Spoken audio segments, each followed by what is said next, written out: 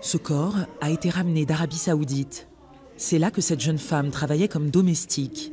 Son cadavre est décharné, pourtant sa famille montre des photos d'elle en forme avant son départ il y a moins d'1 an. Pour son mari qui ne veut pas apparaître à l'écran, il ne s'agit pas d'une mort naturelle. Lors du dernier contact téléphonique, elle a dit « Je ne sais pas où je suis ni quelle est mon adresse. Je ne serai bientôt plus parmi vous. Prenez soin de nos 2 enfants. » Depuis une quinzaine d'années, des milliers de domestiques ont quitté Madagascar pour le Golfe, fuyant l'un des pays les plus pauvres au monde, où 9 habitants sur 10 vivent avec moins de 2 $ par jour. Les cas de mauvais traitement se sont multipliés, devenant si préoccupants que le gouvernement a fini par interdire l'an dernier l'envoi de travailleurs dans les pays à risque, le Golfe et tout particulièrement l'Arabie Saoudite. Mon patron m'a jeté du Clorox et de l'acide sur les yeux.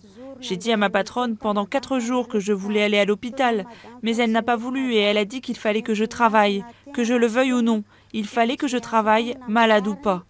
Je commençais le travail à 6 h du matin et je me couchais à 2 h du matin. Les statistiques sont rares, mais selon certains syndicats, plus de 30 domestiques sont revenus du Golfe dans des cercueils en 5 ans. D'autres, victimes de mauvais traitements, reviennent traumatisées comme Annick. Voilà comment ils considèrent toutes les bonnes là-bas, comme des esclaves. Ils les considèrent comme des chiens. Mon patron m'a carrément dit que vous les bonnes, on vous considère comme des poubelles. Malgré l'interdiction de départ des travailleurs migrants, un réseau clandestin continue d'opérer. Des agences en liaison avec des intermédiaires dans le Golfe facturent les patrons environ 2 000 € pour la livraison d'une domestique. Mais très peu d'agences, dont c'est pourtant le devoir, vérifient que l'employé est bien traité. Les autorités malgaches se disent impuissantes.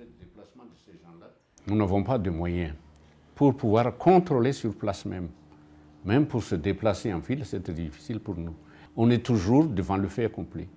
On ne fait que subir. 20 à 30 domestiques reviennent toutes les semaines, désemparés comme cette femme, sans aucune aide de l'État. Elles sont parfois aidées par des syndicats, comme ici. Les trafiquants, eux, n'ont jamais été condamnés, mais 2 agences sont poursuivies par la justice malgache depuis peu. Les procès sont en cours.